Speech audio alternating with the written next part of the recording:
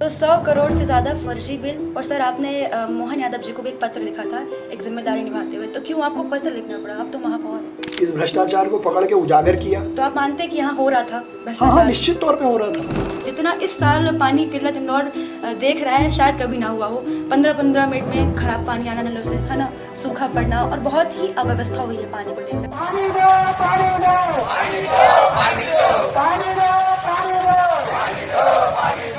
बहुत खराब स्थिति अंकल जी, हम इतना परेशान हो रहे हैं।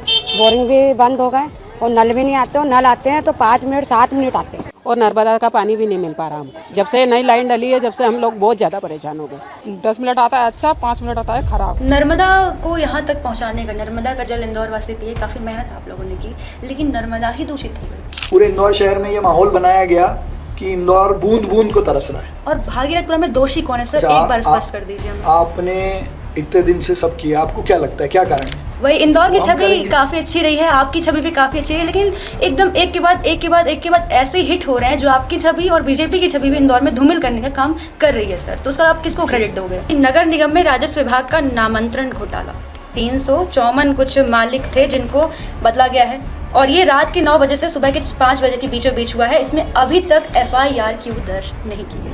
बरसात आएगी सर, आप तक विजुअल्स में पहुंचा दूंगी कि बोलाराम में घुटने घुटने तक पानी भरा रहेगा, और न जाने कितने ऐसे एरिया हैं जहाँ पे पानी भरता है। अब शिक्षा व्यवस्था पे बात कर ले सर, क्योंकि अब बहुत ज़्यादा यहाँ पे शिक्षकों की बात हो रही है, बच्चे सवाल भी खड़े कर रहे हैं। पेपर लीक पहली बार हुआ ऐसा नहीं है, और इस पेपर लीक की आड़ में अचानक से कॉकरोच जनता पार्टी बन जाती है, और जिस दिन लोकसभा शुरू होती है उस दिन सारे विपक्षी दल उस मंच पे आ जाते हैं। पहली बार हमको देखने को मिला कि प्रधानमंत्री आवास के बाहर धरना हो रहा है। आप ऐसे मेयर माने जाते हैं कि 4 आयुक्त अभी तक जो है रिजाइन कर चुके हैं, कई बार तालमेल आपका नहीं बनता है, ऐसा क्यों सर? देखिए, देश भर के म्यूनिसिपल गवर्नेंस में एक चैलेंज है जिसको आप समझना पड़ेगा कि there is no clarity about distribution of power.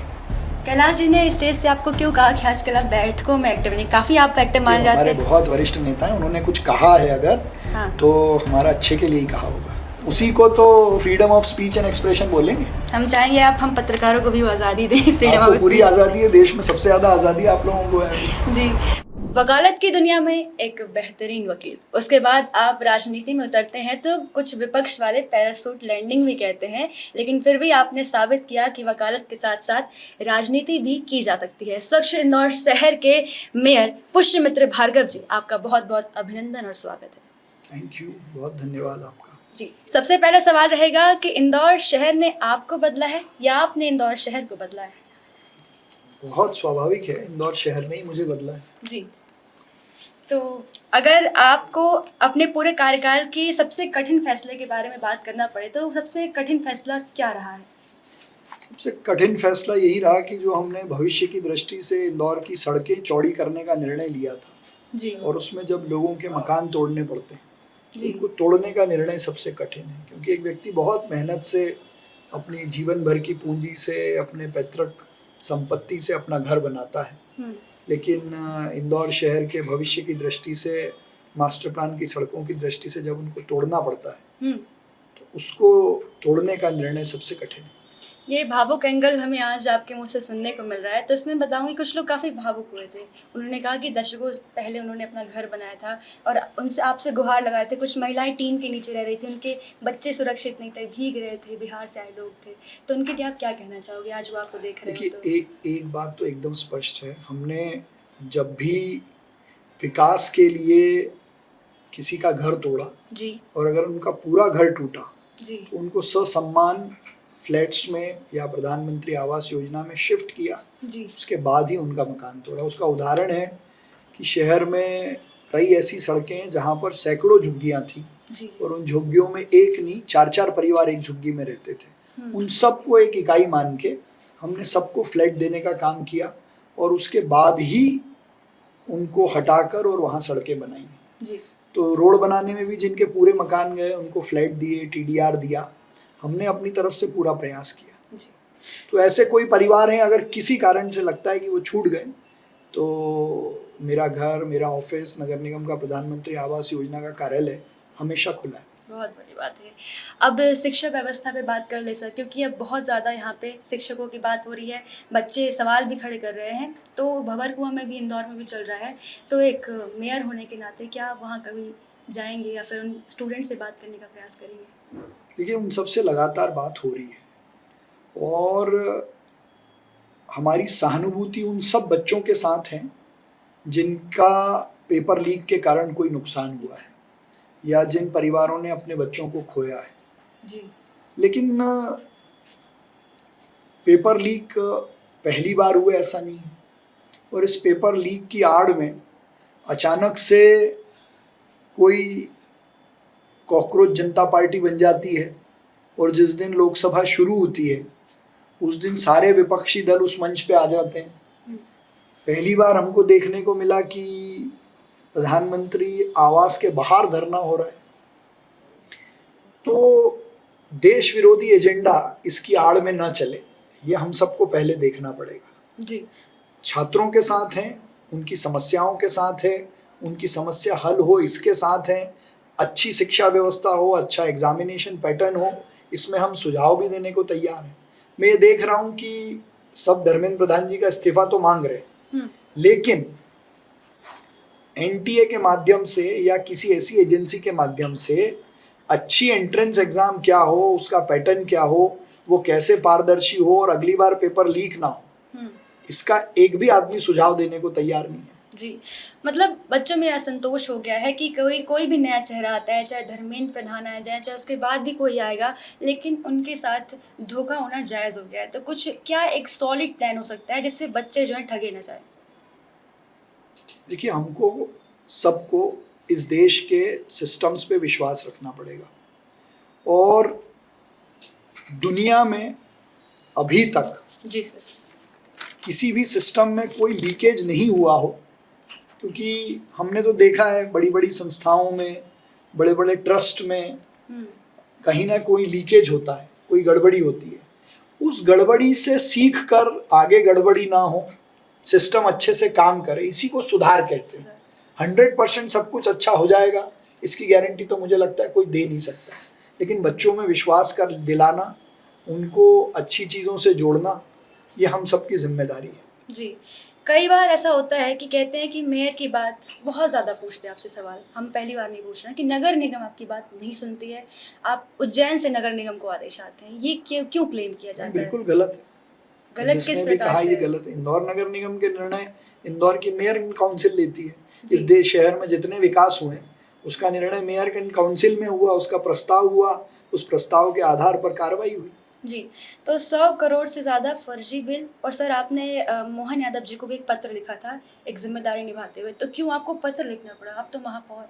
नहीं, ऐसा नहीं है। देखिए, ऐसा है, मैं 2022 में मेयर बना। जी, जब जी। मेयर बना तो मैंने ये गलती पकड़ी, जी, इस भ्रष्टाचार को पकड़ के उजागर किया। तो आप मानते हैं कि यहाँ हो रहा था हाँ, भ्रष्टाचार? निश्चित तौर पे हो रहा था।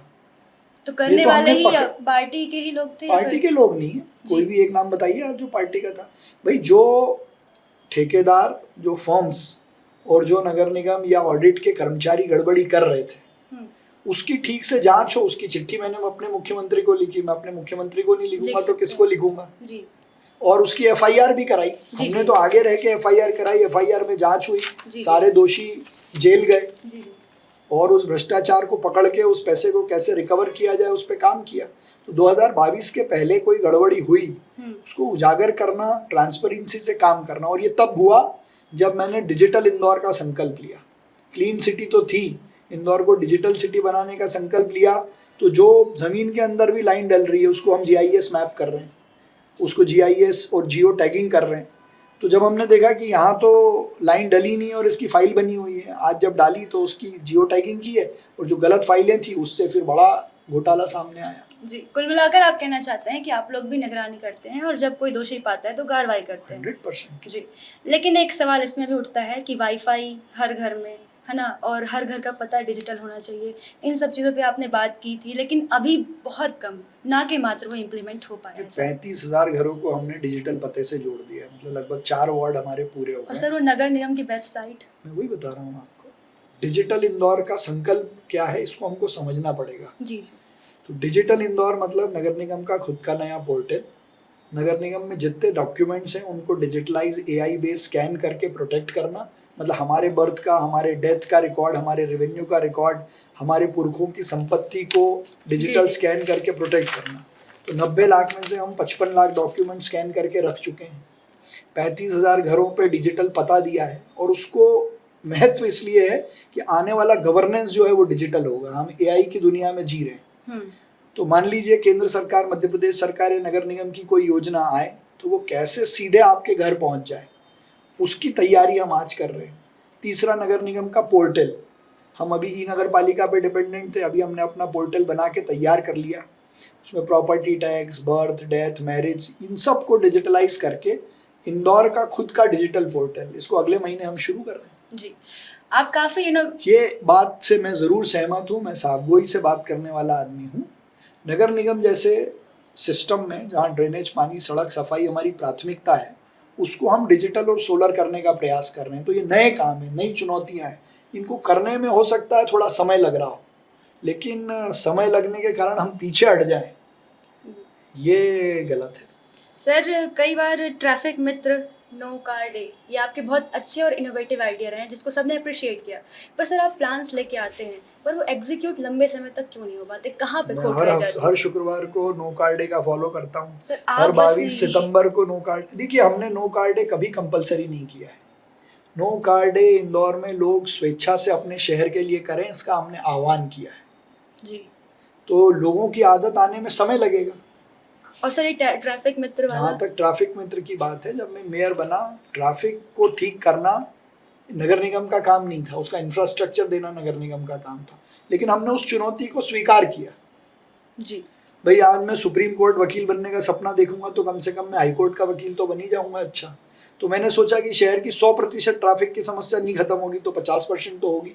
तो कुछ वॉलंटियर्स तैयार किए जो लोगों को ट्रैफिक के प्रति अवेयर करते हैं। हर डिपार्टमेंट से बात करके इंदौर के ट्रैफिक को ठीक करने के लिए इंफ्रास्ट्रक्चर लाने का काम शुरू किया। तो आज छोटे बड़े 22 पुल बन रहे हैं। आज हमने मध्य प्रदेश के सबसे ऊंचे डबल डेकर ब्रिज की एक भुजा को शुरू किया, आज ही शुरू किया है। तो अगर ये काम हम 3 साल पहले शुरू नहीं करते तो आज कैसे शुरू होता? तो 22 ब्रिज बनना, लोगों को ट्रैफिक के लिए अवेयर करना, ट्रैफिक इंजीनियरिंग पे काम करना, इंटेलिजेंट ट्रैफिक मैनेजमेंट सिस्टम हमने 50 चौराहों पर लगाया। तो ये सब वो चीज़ें हैं जो नेक्स्ट लेवल की हैं। जी। तो हम इनका प्रयास कर रहे हैं। कई लोगों को लगता है कि वो एग्जीक्यूट नहीं हो रही, हम उनकी कोशिश कर रहे हैं। आज थोड़ी होंगी, अगली बार और होंगी। जी, आप लोग काफ़ी ज़्यादा इनोवेटिव होते हैं और लेकर आते हैं, बजट लेके आते हैं, लेकिन छोटे मोटे ठेकेदार जब घोटाला करते हैं सवाल आप पे उठता है। ऐसा कई बार हुआ है और बहुत बड़े बड़े उसमें हुआ है कि घोटाले तो होते ही हैं। इन घोटालों पे लगाम क्यों नहीं कसी जाती? देखिए, आप मुझे ठेकेदारों की दृष्टि से, जब से हमने पूरे काम को डिजिटल एमबी पे लाना शुरू किया, सारे काम की डिजिटल फाइल चलाने का काम शुरू किया है, तो काम की क्वालिटी और एफिशिएंसी बढ़ी है। हाँ, एक बात ज़रूर है कि जो बजट है वो हमारा एग्जेगरेटेड बजट रहता है। हम 8,000 करोड़ का बजट बनाते हैं, मतलब हम प्लानिंग बड़ी करते हैं। एक्चुअल बजट तो अलग ही होता है। दूसरा, जो फंडिंग का मैनेजमेंट है नगर निगम में, पहले भी ये चुनौतियां रही हैं और मुझे लगता है आने वाले समय में भी रहेगी। लेकिन हम अच्छे काम करना बंद कर दें, ये संभव नहीं है। यातायात की बात चल रही है। कई बार हमने देखा है, कुछ एविडेंस मिलते हैं कि 1000 से ज़्यादा अवैध मल्टी हैं और सर पार्किंग की व्यवस्था नहीं है। तो अभी तक इस पर क्या एक्शन लेंगे, क्या एक्शन लिया जाना चाहिए? और देखिए, एक बार जो शहर बन गया, जो मार्केट्स बन गए, जो सड़कें बन गई, उनको बहुत तोड़ के और आप बड़ी पार्किंग बना देंगे, ये संभव नहीं है। लेकिन जितनी हमारे पास पार्किंग की स्पेस अवेलेबल है, उनकी बहुत सारी पार्किंग हमने नई शुरू करने का काम किया। जी, आप देखेंगे डिस्ट्रिक्ट कोर्ट के पीछे होप टेक्सटाइल मिल की ज़मीन पड़ी थी। पूरी डिस्ट्रिक्ट कोर्ट में जितनी गाड़ियाँ लगती हैं उन सबको आजकल हम वहाँ खड़ी करते हैं। तो डिस्ट्रिक्ट कोर्ट के अंदर लगने वाली गाड़ियों की समस्या से निजात मिली। हमारा पालिका प्लाजा का और अपना जो रानीपुरा रोड पे पार्किंग है, तो कोठारी मार्केट की गाड़ियाँ वहाँ लगाई। हमारा अगर आप देखेंगे तो खजूरी बाज़ार में हमने स्मार्ट मल्टी लेवल पार्किंग बनाई है, वहाँ भी गाड़ियाँ लगने लगी। तो जहाँ भी हम जगह मिली वहाँ कर सकते थे। आदर्श रोड की हमारी मल्टी लेवल पार्किंग अगले महीने शुरू हो रही है। और जितनी हमारी पार्किंग्स हैं उसमें से कई सारी के टेंडर करके हमने उनको दे दिए। वैसे तो पहले खाली पड़ी थी वो। जी सर, लेकिन कई बार आप भी कहते हैं, बहुत लोग कहते हैं कि हमने शुरू कर दिया, होने वाला है, पर उसको होने में इतना वक्त लग जाता है कि बड़ी, अब कितने सालों से हो रहा है पार्किंग की देखिए, कुछ व्यवस्था? सरकारी काम करने में चुनौती आती हैं, लेकिन जहाँ जहाँ पार्किंग की व्यवस्थाएं की हैं लोग उसका यूज़ कर रहे हैं। लेकिन चैलेंज हमेशा इसलिए रहेगा कि शहर की जितनी जनसंख्या है उतनी लगभग गाड़ियाँ हैं। जी, तो अब एक और सवाल आपसे ये रहेगा सर कि जूना रिसाला के बारे में क्या आप अवगत हैं? यहाँ पे एक मोहल्ला है जो कि नाले के ऊपर बसा हुआ है, वहाँ भी काफ़ी विवाद चल रहा है, उस पर कुछ प्रतिक्रिया आपकी? नहीं, वहाँ क्या विवाद है? सर वो नाला है, एक बहुत नाला बड़ा बहता हुआ है जिसमें जो है नगर बसा हुआ है। आपको अगर नहीं पता तो मैं बताना चाहूँगी कि वहाँ नाले के ऊपर शहर बना दिए गए हैं, मतलब घर बसा दिए गए छोटे छोटे। आप साउथ टोड़े की और उधर की बात हाँ, कर रही है ना? तो नंबर देखिए, 3 नंबर वार्ड और हाँ, 3 नंबर विधानसभा में आता है वो। देखिए, ऐसा है कि वो आज बच गए ऐसा नहीं है। नदी के किनारे, नदी के 30 मीटर के क्षेत्र में लंबे समय से लोग रहते आए और वो बच गए। अब उनको हटाना और मकान देना ये बड़ी प्रक्रिया है। लेकिन जब भी बारिश आती है तो उसके पहले पूर्व तैयारी होती है, उनको रिहेबिलिट करने की व्यवस्था भी हम करते हैं। जी, पंचकुइया भी एक उदाहरण है सर। तो ऐसी ढेर सारी जगह हैं जिनको लो लाइन एरिया बोलते हैं, जिनको नदी किनारे के लोग बरसों से रह रहे हैं। जी, तो उनको आप हटा के कहाँ शिफ्ट करेंगे उसकी भी तो व्यवस्था करनी पड़ेगी। ऐसा नहीं है कि आपने उनको यहाँ से उठाया और कहीं भेज दिया। जी, तो व्यवस्था कब तक बन सकती है सर, एक कोई समय सीमा? नहीं, उसमें समय समय पर कुछ कुछ लोगों को हम शिफ्ट करते रहते हैं। और बारिश में मतलब जब हमें ये टेंशन है कि भागीरथपुरा जैसे कई और मोहल्ले ना बन जाए, कोई और नया क्लेम ना उठ जाए। निश्चित तौर पे जी लो लाइन एरियाज में हम हमेशा इस बात का ध्यान रखते हैं। जी, मेरा अगला सवाल रहेगा कि सर आप ऐसे मेयर माने जाते हैं कि 4 आयुक्त अभी तक जो है रिजाइन कर चुके हैं, कई बार तालमेल आपका नहीं बनता है, ऐसा क्यों सर, क्यों ये झगड़ा? मेरा सबसे अच्छा तालमेल बना। बस बात इतनी है कि अगर कोई बात कहनी है तो मैं उसको कहता हूँ। अच्छा, वो अच्छे नहीं कि आप अच्छे नहीं वो भी हैं, बहुत क्या अच्छे कहेंगे? थे। हो सकता है मैं ही अच्छा नहीं होऊंगा, मैं ये स्वीकार कर लेता हूँ। जी, लेकिन अगर एक सामान्य घर का लड़का, पढ़ा लिखा लड़का इसलिए राजनीति में आया कि हमको कुछ अच्छा करना है, और जब हम आए हैं तो जो अच्छा बुरा है उसको देखना और उसको बोलना। देखिए, देश भर के म्यूनिसिपल गवर्नेंस में एक चैलेंज है जिसको आप समझना पड़ेगा कि there is no clarity about distribution of power. तो जब कोई एग्जीक्यूटिव कोई निर्णय लेती है और हमको अच्छा नहीं लगता है तो हम बोलते हैं। अगर आप उसको मानते हो कि ये तालमेल नहीं है तो ये आप लोगों का सोच हो सकता है। अच्छा, जब हम अपना विचार रख रहे हैं और कोई असहमति जता रहे हैं तो इसको तालमेल की कमी नहीं बोलते हैं। अच्छा, कैलाश जी ने स्टेज से आपको क्यों कहा कि आजकल आप बैठकों में एक्टिव नहीं? काफी आप एक्टिव मान जाते हमारे हैं। बहुत वरिष्ठ नेता हैं, उन्होंने कुछ कहा है अगर हाँ, तो हमारा अच्छे के लिए ही कहा होगा। तो आप इस पे सुधार करने का सोचेंगे? ऐसा क्या सर, हाँ, लेट ऐसा लपाट कुछ क्यों हो होगा। रहा है आजकल? इतना लेट लपाट क्यों हो रहा है? आप तो इतने एक्टिव माने जाते हैं, ऐसा तो क्यों? कभी लेट नहीं हुआ। तो फिर ये बैठक में आना उन्होंने ना, क्या कहा आपने सुना नहीं? तो वो सर आप क्लियर करिए, हम जानना चाहते हैं उन्होंने कहा आप आपके हमारी मुख से। बैठक में नहीं आए। तो एक दिन पहले की बैठक में मैं नहीं गया था क्योंकि मैं किसी और कार्यक्रम में था। उन्होंने कहा, वो हमारे लिए सीखने का है। बड़े लोग जो कहते हैं उससे सीखना चाहिए। जी, संघ मित्र की बात भी कर लेते हैं। काफ़ी अच्छी आपने उनको गुण सिखाए हैं। हमें उनकी एक स्पीच बहुत पसंद आई थी जो ट्रेन पे लेकर थी। तो स्पीच आपने सिखाई थी और उनका युवा मन का कोई क्यूरोसिटी थी जो उन्होंने प्रेजेंट की? देखिए, वो बहुत पढ़ने लिखने वाला, सूझबूझ से लोगों की मदद करने वाला लड़का है। और स्कूल में डिबेट कंपटीशन होती है ना, तो टीचर्स तैयारी कराते हैं और टीचर ये तय करते हैं कि आप पक्ष में बोलोगे या विपक्ष में बोलोगे। तो आपको चिंता नहीं होगी कि आसपास के लोग नाराज जाएंगे पार्टी के लोग? उसकी अपनी लाइफ है, उसका अपना विचार है। जी जी, उसकी टीचर्स ने जो उसको सिखाया उसको उसने प्रेजेंट किया। और उसका किसी भी विषय पर अपना मत हो सकता है, अपना विचार हो सकता है। जैसे मेरा अपना किसी विषय पे मत है, जो सब जरूरी नहीं कि मेरे पिताजी का भी वही मत हो। मेरे पिताजी से भी मेरे कई विचारों पे मतभेद होते हैं। जी, उसी को तो freedom of speech and expression बोलेंगे। हम चाहेंगे आप हम पत्रकारों को भी वो आज़ादी दें, फ्रीडम आपको ऑफ पूरी आज़ादी है, देश में सबसे ज़्यादा आज़ादी आप लोगों को है अभी। जी। तो भागीरथपुरा एक विषय रहा है, लेकिन उसके आगे भी हम थोड़ा बढ़ते हैं। तो आज जितना इस साल पानी की किल्लत इंदौर देख रहा है, शायद कभी ना हुआ हो। 15-15 मिनट में खराब पानी आना नलों से, है ना, सूखा पड़ना और बहुत ही अव्यवस्था हुई है पानी को लेकर। इस पे आप क्या कहोगे? क्या आने वाले समय में सूखा पड़ सकता है इंदौर में? देखिए, अंडरग्राउंड वाटर की जो रिपोर्ट 2025-26 की आई है, अगर आपने उसका स्टडी किया हो जी। तो आपको ये मालूम पड़ेगा, जो कि थोड़ी खुशी की भी बात है, कि इंदौर शहर के अंडरग्राउंड वाटर का लेवल बढ़ा है। जी लेकिन जो हमारा कंजम्पशन है वो डबल हो गया है। जी 2014 से लेके 2022 तक इंदौर में 325 नई कॉलोनियाँ बनी। 2022 से लेके 2026 तक 206 नई कॉलोनी बनी। और इन सब कॉलोनीज में केवल और केवल पानी ज़मीन से ही लिया जा रहा है, क्योंकि नर्मदा जी का तीसरा चरण तो 2013 में कंप्लीट हो गया। तो जो 450 mld पानी इंदौर आ रहा है वो 13 में भी आता था और 2026 में भी आ रहा है। तो पानी की तो कोई कमी नहीं है। पूरे इंदौर शहर में ये माहौल बनाया गया कि इंदौर बूंद बूंद को तरस रहा है। जी। तो जो 450 mld पानी इंदौर आ रहा है नर्मदा जी से, वो कहाँ गया? तो सर ये उसको तो कोई किसी ने चुरा नहीं लिया। जी। टंकी पे आता है वो भी दिखता है, टंकी से घरों में जाता है वो भी दिखता है। जी। हुआ ये है कि गर्मी के कारण इस बार कम से कम 4,500 प्राइवेट और 1,200 सरकारी बोरिंग सूखे। जी। तो वो जो 4,500 बोरिंग सूखे, जो सारी प्राइवेट कॉलोनीज के थे, उनको पानी सप्लाई करने का भी जिम्मा निगम ने लिया और पूरी तन्मयता से, मेहनत से उसको करने का काम किया। जहाँ तक गंदे पानी की शिकायत है, जी। पानी के डिस्ट्रीब्यूशन में जी। कई कारणों से गंदा पानी आता है। उसके बहुत सारे कारण होते हैं, जिसकी शिकायत हमको मिलती है उसको हम ठीक करते रहते हैं। जी। नर्मदा को यहाँ तक पहुँचाने का, नर्मदा का जल इंदौर वासी पिए, काफ़ी मेहनत आप लोगों ने की, लेकिन नर्मदा ही दूषित हो गई। क्यों? उसके पाइपलाइन तो में देखिए गड़बड़ी? बहुत सारे कारण हैं।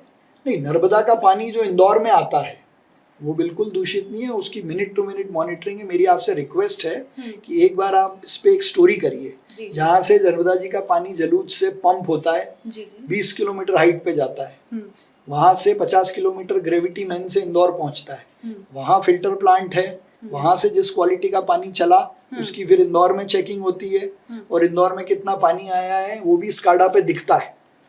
उसको देखिए तो इंदौर में टंकी तक कितना पानी साफ आ रहा है उसकी पूरी टेस्टिंग मॉनिटरिंग है। फिर टंकी से जो लोगों के घर पे जाता है उसके भी रोज सैंपल लेके चेक किया जाता है। तो नर्मदा जी का पानी तो इंदौर में कहीं से भी दूषित नहीं है।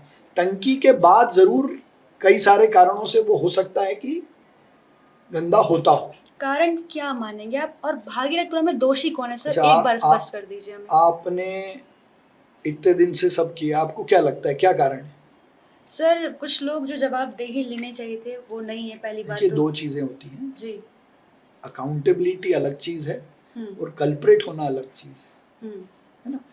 अकाउंटेबल हम हैं क्योंकि हम जनप्रतिनिधि हैं, जनता ने हम पे विश्वास दिखाया है। तो अगर कुछ गलत हो रहा है और लोगों का नुकसान हो रहा है तो उसकी अकाउंटेबिलिटी हमारी है। लेकिन कल्प्रेट होना, दोषी होना, ये अलग बात है। तो अकाउंटेबिलिटी तो है, ये तो हम डे 1 से कह रहे हैं।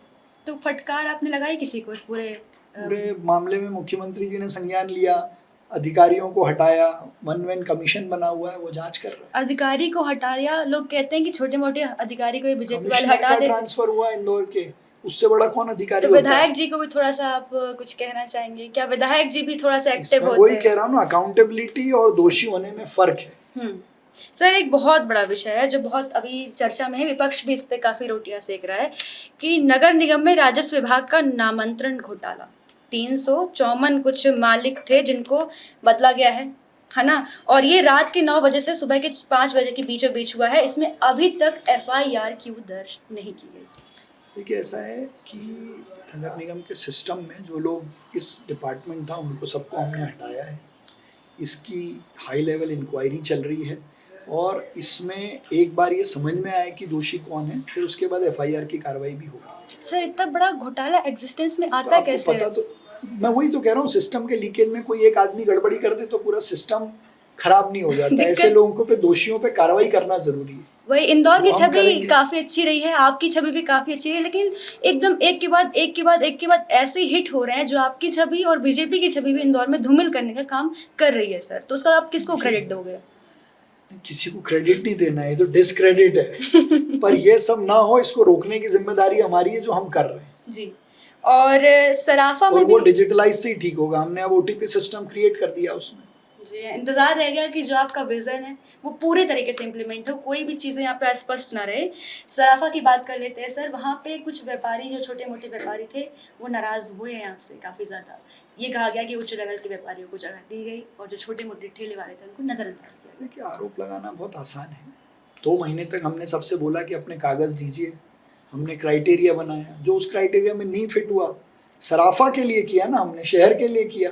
आप ही सब लोग ये बात कहते थे कि सराफा में अब जाने की जगह नहीं मिलती है, महिलाओं के साथ अभद्रता होती है, बाहर से आए हुए लोगों के साथ अभद्रता होती है।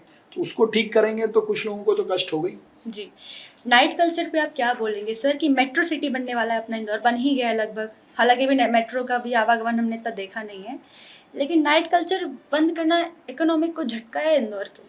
आप नाइट कल्चर से क्या समझती हैं? जैसे दुकानें हैं, चीज़ें चलनी चाहिए, बाहर लोग आते जाते रहते हैं इंदौर में, तो उनको कुछ खाने को, एक चाय भी अगर इंसान पीना चाहे तो दुकानें बंद रहेंगी, तो थोड़ा सा दिक्कत करता है, मेरा मानना है। देखिए, 11 बजे तक तो सारे मार्केट खुले हैं। 11 बजे के बाद हमने नाइट कल्चर इंदौर में शुरू किया था कि BRTS के 500 मीटर के एरिया में सारी दुकानें खुली रहें, सारे शॉप खुले रहें, सारे मॉल्स खुले रहें। सिर्फ 3 चौराहे की चाय की दुकान और कुछ स्नैक्स की दुकान खुली थी, कोई मॉल नहीं खुला, कोई सॉफ्टवेयर कंपनी रात भर चालू नहीं रही। और इन तीनों जगहों पर रात को क्या हो रहा है वो आपको भी पता है, उसके वीडियो सबसे ज़्यादा आप ही लोग चलाते हैं। तो सर अगर तो कोई दोनों चीज़ों में फ़र्क है। डेवलपमेंटल ओपनिंग या कोई IT मॉल शुरू रहे, या मॉल में जहाँ कपड़े लोग खरीदते हैं वो रात भर चालू रहे, वो तो एक भी दुकान एक भी दिन नहीं खुली। भंवरकुआ, LIG, विजयनगर, यहाँ पे चाय, पोहे और बाकी की और सिगरेट की दुकानें। तो रात भर वो जो स्टूडेंट हुड़दंग करके, या वो जो लोग जो भी थे जो दूसरे लोगों को परेशान करते थे, तो उनके बारे में भी तो किसी को अगर 24/7 हम सक्सेस मानेंगे कि मॉल्स खुले रहें, IT कंपनीज खुली रहें। जहाँ तक IT कंपनीज की बात है कि IT कंपनीज को 24/7 काम करने की अनुमति है, तो वो अभी भी है, अपना ज़रूर काम करें। उनके अंदर अपने कैफेटेरियाज भी होते हैं, उनके आने जाने की व्यवस्था भी होती है और उनके लिए परमिशन भी है। जी, और ड्रेनेज सिस्टम की बात भी हम कर लेते हैं। बरसात आएगी सर, आप तक विजुअल्स में पहुंचा दूंगी कि भोलाराम में घुटने घुटने तक पानी भरा रहेगा, और न जाने कितने ऐसे एरिया हैं जहाँ पे पानी भरता है, लोगों को परेशानी होती है। देखिए, कब सुधार बारिश होगा इसमें? में तेज बारिश आएगी, एक साथ बारिश आएगी तो जल भराव होगा। वो कितनी देर में निकलता है, ड्रेन आउट होता है, वो अगर नहीं हो रहा है तो वो करना हमारी जिम्मेदारी है। हमने ऐसे पॉइंट आइडेंटिफाई किए हुए हैं जिन पे हम हर बार काम करते हैं। हर साल कुछ नए पॉइंट भी डेवलप होते हैं, लेकिन उसको ड्रेन आउट करना, इसके लिए हमने एक रैपिड एक्शन फोर्स बना रखा है जो तुरंत जहाँ से सूचना मिलती है वहाँ जाता है और उस पानी को निकालता है। सर क्या वाकई ऐसा हो रहा है? अगर आने वाले समय में आइडियल स्टेट तो ये है कि पानी बहता जाए, निकलता जाए, लेकिन उसके कई सारे कारण हैं जल भराव के, जो हम धीरे धीरे ठीक कर रहे हैं। देश शहर में केवल 10% स्ट्रॉन्ग वाटर का नेटवर्क है जी, तो 90% स्ट्रॉन्ग वाटर का नेटवर्क का कवरेज करने के लिए आपको उतने ही पैसे लगेंगे जितने पैसे सड़क बनाने में लगते हैं। जी। और सड़कों की भी हालत देखिए सर, कई बार करोड़ों रुपए खर्च करके बहुत सड़कें बनी है, पॉश एरिया में बनी है, जहाँ बहुत बड़ा गड्ढा हो जाता है तो इंसान घुस जाता है, कई कर्मचारी भी घुस गए देखने को मिलता है। ऐसा क्यों सर? कहाँ कमी है? मटेरियल में कमी है, अधिकारी में कमी है? कहीं भी एक भी घटना ऐसी नहीं है कि रोड अपने आप धंस गई। एक बार रोड धंसी थी, वो एयरटेल की कंपनी ने बिना परमिशन लिए अंडरग्राउंड पुशिंग की, नीचे से पाइपलाइन फोड़ी, पानी के कारण रोड धंसी। क्या होता क्या है ना, पीछे से क्या चीज़ घटना घटी है वो कभी भी कोई दिखाता नहीं है ना जी, कि वो गड्ढा अपने आप कैसे हो गया। कोई अपने आप नहीं हुआ, वो एयरटेल कंपनी ने बिना परमिशन लिए अंडरग्राउंड अपनी लाइन डाली मशीन से और पानी की लाइन फोड़ दी। जब पानी पाइप में से गया तो सड़क बैठेगी, ऑब्वियस है, पूरी मिट्टी धंस गई। तो उस पर आपका क्या एक्शन रहा है सर? सब उनके खिलाफ कार्रवाई की, चालान बनाया और क्या किया, ये एक्शन तो किया हमने कंपनी के खिलाफ, जी, नोटिस दिया, कार्रवाई की। जी, लेकिन एक बात मैं आपकी बात से सहमत हूँ कि कई बार हम बहुत अच्छी सड़क बनाते हैं, लेकिन किसी और एरिया की पानी की प्रॉब्लम सॉल्व करनी है और अब कोई ऑप्शन नहीं है कि हमको उसी रोड खोद के पानी की लाइन डालनी पड़ेगी ताकि वहाँ के लोगों को राहत मिले। तो कई बार ऐसे कुछ कठोर निर्णय लेने पड़ते हैं, लेकिन कोऑर्डिनेशन से, समन्वय से सारे विभाग काम करें। अब एक ही शहर में कितनी एजेंसी काम करती है, आईडीए भी काम करता है, पीडब्ल्यूडी काम करती है, नगर निगम काम कर रही है, मेट्रो काम कर रही है, अवंतिका गैस काम कर रही है, प्राइवेट कंपनीज जो हैं वो भी अपनी खुदाई के बहुत सारे काम करती हैं। ये सब अपना कोऑर्डिनेशन रखें और कोशिश करें कि सड़क बनने के पहले इनकी जो सुविधाएं हैं वो हो जाए। जी, पटवारी जी ने कहा था कि बेस्ट मेयर का अवार्ड मिलते ही स्टेज से भागीरथपुरा कांड हो गया, ऐसा क्यों इतना जल्दी जल्दी? पहले आपकी छवि बनी और तो पटवारी जी के विषय में आप बात ना करें तो अच्छा सर, है। आपका विपक्ष है, उसको थोड़ा बेस्ट मेयर और इस बात का क्या लेना देना है? उन्होंने खड़े होकर स्टेज से राजवाड़ा में उनसे पूछिए फिर। आप उनको उन्होंने क्या, कहा है तो। आप उनको, उनके राव में भी हमने देखा है कि कई लोग सवाल पूछते हैं, उनकी गुंडागर्दी बहुत चलती है। हमने ये भी देखा है उनके भाई के बारे में भी बहुत पोल आउट हो रहे हैं। तो ये सब जो लोग आप पे सवाल उठाते हैं, कुछ तो उनके लिए आपका भी वो मैं कह सकता हूँ, लेकिन उनका प्रश्न ही गलत है ना। इंदौर स्वच्छता में नंबर 1 है, तो वो लोगों की मेहनत से है, मेरे अकेले की मेहनत से नहीं है, नगर निगम के कर्मचारियों की मेहनत से है, और ये एक बार नहीं 8 साल की मेहनत से है। अगर उस पे भी जीतू पटवारी को क्वेश्चन मार्क है, तो उनसे प्रश्न पूछना चाहिए कि आप इंदौर के लोगों को, स्वच्छता कर्मियों की मेहनत पे कैसे क्वेश्चन मार्क लगा सकते हो? जी, है ना जी। वैसे ही उनके भाई का जो रिकॉर्ड है वो ये सिद्ध करता है कि उनकी कथनी और करनी में हमेशा फर्क रहा है। अच्छा, उनकी पूरी कांग्रेस ने भी आंदोलन किया था कि हम होर्डिंग बैनर के विरोध में और हम नहीं लगाएंगे। अभी वो कौन सी जेंजी साइक्लोथॉन लेके गए थे, पूरे रास्ते में होर्डिंग लगे हुए थे। नशे के खिलाफ काम करेंगे, उनका खुद का भाई नशे के उसमें गिरफ्तार हो रहा है। जी। तो जीतू पटवारी राजनीति करे, कोई बुराई नहीं है, विपक्ष को अपनी बात कहने का भी अधिकार है, लेकिन हमेशा ऐसी राजनीति करते हैं जिससे शहर की छवि खराब हो, जिससे प्रदेश की छवि खराब हो, इंदौर के लोगों की छवि खराब हो। तो आप भ्रम फैलाकर लोगों को बदनाम करके राजनीति करोगे तो लोग उसका अच्छा जवाब देंगे। आप स्वच्छ राजनीति करो, अच्छे मुद्दे उठाओ, हम उनका तार्किक रूप से जवाब देने को तैयार हैं। उन्होंने इंदौर के पानी पे क्वेश्चन मार्क लगाया काफी ज्यादा कि इंदौर का 90% पानी जहरीला है। सर, जांच करके भी दिखाया है। नहीं 90% पानी जहरीला है, तो वो कौन सा पानी पी रहे हैं खुद? आप कौन सा पानी पी रहे हैं, मैं कौन सा पानी पी रहा हूँ? अब उन्होंने 240 सैंपल लिए 23 वार्ड से, तो क्या 240 सैंपल में पूरा इंदौर कवर हो गया?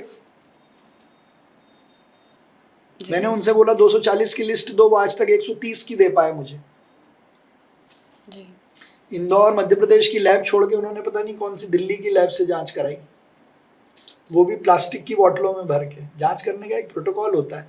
आपने किया अच्छा है, लेकिन आपके तर्क, आपका डाटा, आपके कंटेंट को, आपकी बात को मैच करना चाहिए। जी। आपने 90% जहरीला पानी बोल के राजनीतिक लाभ तो लिया होगा, लेकिन शहर की छवि भी तो खराब की।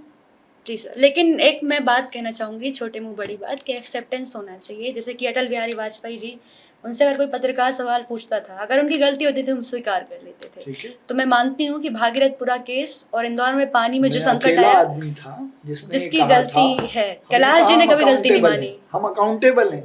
जी, सही बात है, ये बात स्वीकार करी आप ही आपने। पहली पत्रकार थी जिसने मुझसे ये पूछा था, आपको याद हो तो। जी, याद है उसके सर। बाद आपको चलिए ठीक, उसके बाद सर उसके चलिए ठीक है, छोड़ दीजिए, अच्छा, एक ऑफ द रिकॉर्ड बात करेंगे। Okay sir. तो सर, एक ये था कि लोग सवाल उठाते हैं, जो सवाल जनता के मन में बस वो आप माध्यम बन रही हूँ कोई बस। बात नहीं, वो तो मैं, जी। आप जनता की आवाज पूछ रहे जी। हैं, मैं उन्हीं को जवाब दे रहा हूँ। जी, एक पेड़ माँ के नाम और बाकी पेड़ काट के बना दो रेगिस्तान। और सिंगरौली का हमने देखा, इंदौर में भी हमने देखा, ऐसे बहुत सारे एविडेंस हमारे पास है कि पेड़ों को बहुत बुरी तरीके से काटा जा रहा है। तर्क मिलता है डेवलपमेंट का, लेकिन सर डेवलपमेंट के लिए ह्यूमैनिटी नहीं खोनी चाहिए। ऑक्सीजन लेवल कम हो रहा है, ग्रीनरी कम हो रही है, ये हम देख रहे हैं। देखिए, आपकी बात बिल्कुल सही है, लेकिन आप इसको बहुत छोटे से उदाहरण से समझिए। मैं मतलब जी। इस पे कोई कन्विंसिंग पावर के साथ कन्विंस करने की कोशिश नहीं कर रहा हूँ, पर एक एग्जांपल दे रहा हूँ। जी। एक व्यक्ति है जिसके पास एक प्लॉट है और उस पे 2 पेड़ लगे। उसके घर में उसके 3 बच्चे हैं और 3 में से अब बड़े दो की शादी करनी है तो उसको वहाँ घर बनाना पड़ेगा। हम्म, वो जब तक पेड़ हटेंगे नहीं तब तक मकान बनेगा नहीं। तो क्या किया जाए? सर पेड़ हटाया तो जाए लेकिन दूसरी जगह भी उगाया जाए। नियम भी यही है, रूल्स भी यही है जो आप कह रही हैं। वो नहीं लगते हैं, उसकी जांच होनी चाहिए, उसको फॉलो अप कराना चाहिए। वही सर। इंदौर नगर निगम ने 3 जगह शहर में बनाई है जहां हम ट्रांसप्लांट पेड़ लगा रहे हैं और वो जिंदा भी हैं। और फॉरेस्ट डिपार्टमेंट की भी और हमारी भी गाइडलाइन है कि जब हम कोई पेड़ काटने की परमिशन देते हैं ऑनलाइन तो उसके बदले कितने पेड़ लगाने, कहाँ लगाने, वो सब बताते हैं। उनको जाके एक बार आप देखिए, उनका कवरेज करिए तो आपको लगेगा कि हम कर रहे हैं। लेकिन अनावश्यक रूप से पेड़ नहीं कटे, इसके लिए हम सब प्रतिबद्ध हैं जी। और चूंकि हम काट रहे हैं इसीलिए फिर एक पेड़ माँ के नाम लगा रहे हैं कि रेगिस्तान ना बने। यथासंभव हम पेड़ लगाएं। इंदौर देश का पहला शहर है जिसने एक दिन में 12,40,000 पौधे लगाए। मेरे कार्यकाल के पहले साल में 1 लगाए, दूसरे साल में हमने 12 लाख लगाए, तीसरे साल में फिर कम से कम 6-7 लाख पेड़ लगाए। इस बार भी लगाएंगे। सर मैं अगर जीवित रहूंगी तो देखूंगी ये फल फूल रहे हैं आप बड़े अभी बड़े कि नहीं। रेवती रेंज जाके आइए। जी सर, जो कई बार लगे थे वो सब जीवित कई हैं। बार आप जिनको देखभाल के लिए छोड़ते हैं ना, वो देखभाल में थोड़ा सा लूप होल कर जाते हैं। तो मैं चाहूँगी उनका पोषण जो है अच्छे से हो। मैं भी एक स्टूडेंट भी रही हूँ सर, तो BRTS में जो आई बस रही है मेरे लिए भी बहुत सुविधाजनक रही है। युवाओं के मन में सवाल था कि भाई ये आई बस हटी तो हटी क्यों, और हटी तो फिर मेट्रो क्यों नहीं है, मतलब ऐसा। मेट्रो के तो आने में टाइम लगेगा ना, मैं हटेगी और आज मेट्रो आ जाएगी, ये तो संभव नहीं है। BRTS में लोग ट्रेवल करते थे 60,000 हाँ। और इंदौर में BRTS के रास्ते में जितने चौराहे आते थे वहाँ लोग रास्ते पे खड़े रहते थे करीब 2.25 लाख। तो एक कंपैरिजन ड्रॉ किया गया कि क्या 60,000 के लिए 2.25 लोगों को परेशान होने दिया जाए। और बस बंद नहीं हुई है, आई बस चल रही है। ऐसा सर नहीं लेकिन कि आई बहुत बस- दिक्कत हो रही है, लोग को पता नहीं चल रहा कहाँ खड़े हो तो हमको बैठने को मिलेगा, बस कहाँ पे रुकेगी। और जो हटाई गई है BRTS तो जो रोड निकले हुए हैं वो सब ना बहुत गाड़ियों को दिक्कत कर रहे हैं। तो ये एक मैनेजमेंट का थोड़ा चैलेंजेस उसके हैं, लेकिन बस भी चल रही है, बस स्टॉप भी अब लोकेट हो गए हैं, ऑनलाइन टिकट भी मिल रही है। तो बस तो बंद नहीं हुई, आने जाने का थोड़ा बहुत समय ज़्यादा कम हुआ होगा, लेकिन उसके कारण जो क्यों BRTS का पूरा प्लान 111 किलोमीटर का था, 11 ही बना। बसें जो 51 शुरू की थी वो 51 ही चल रही थी। तो बाकी लोगों को जो समस्या हो रही थी उसको कोर्ट ने एनालाइज किया, स्मार्ट कमेटी ने एनालाइज किया और उस बेसिस पे निर्णय हुआ तो हमने उसको हटाया। जी।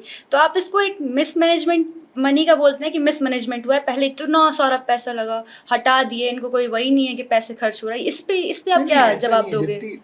BRTS में जो रोड बनी वो पूरी की पूरी वैसी की वैसी वही है। मतलब आंकड़ा रोड थोड़ी ऊपर नीचे चली बताया गई। जा रहा है, आप कहना चाहेंगे पैसे का? तो BRTS रोड जो बनी थी वो तो वही है ना, पूरी रोड बनी थी। लोगों को ये लगता है कि जो 2 रेलिंग लगाई है वो BRTS है, जी। पूरी सड़क BRTS है। अच्छा। तो रेलिंग का नुकसान हुआ है वो एक मान सकते हैं कि नुकसान है, लेकिन जब सबने मिलकर निर्णय लिया तो उसको एग्जीक्यूट किया। जी सर, आपको बताना चाहूँगी इंदौर शहर में एक अजीब सा माहौल हो जाता है जब ये बात चलती है कि बाहर के जो स्टूडेंट्स हैं वो आके माहौल ख़राब करते हैं और बाहरी स्टूडेंट बोलता है कि हम हैं तो इंदौर है। तो इस पे दोनों को आप क्या इस बात से मैं बैलेंस बिल्कुल असहमत हूँ कि बाहर के लोग आके यहाँ माहौल बिगाड़ते हैं। ऐसा बिल्कुल नहीं। इंदौर में जो भी आए उसका स्वागत है जी। और इंदौर सबके लिए है। और इंदौर को तो कहा ही जाता है कि इंडोर है, यहाँ जो आ जाता है उसका आउटडोर नहीं होता है, सब इंदौर के हो जाते हैं। जी। तो सबका स्वागत है, सब अच्छे से रहते हैं और देश में बहुत आत्मीयता से, प्रेम से रहने वाले लोग इंदौर में ही मिलते हैं। जी। यहाँ खूब स्टूडेंट आए, खूब पढ़ाई करें, अपना शहर माने, यहाँ की स्वच्छता को फॉलो करें। हाँ। और इस शहर से जो ले जाना चाहें, मतलब ज्ञान की दृष्टि से, प्रेम की दृष्टि से, वो सब लेके जाएं। जी। तो आपका कार्यकाल 1 साल बाद अब पूरा होने वाला है। मेयर के बाद आप क्या कुछ करने का सोच रहे हैं, आगे का क्या प्लान है आपका? मेयर के बाद मेरी पार्टी मुझे जो काम देगी वो मैं करूँगा। सर क्या आपको और लगता मैंने है कभी कि हमेशा अपने जीवन में ये कभी नहीं सोचा कि मैं क्या करूँगा। जो काम मुझे मिलता है मैं वो 100% करता हूँ, पूरी निष्ठा से? पूरा 100%। मेरे को 2015 तक मैंने कभी कोई गवर्नमेंट असाइनमेंट नहीं लिया, लेकिन अपनी प्राइवेट वकालत बहुत मेहनत से जमाई।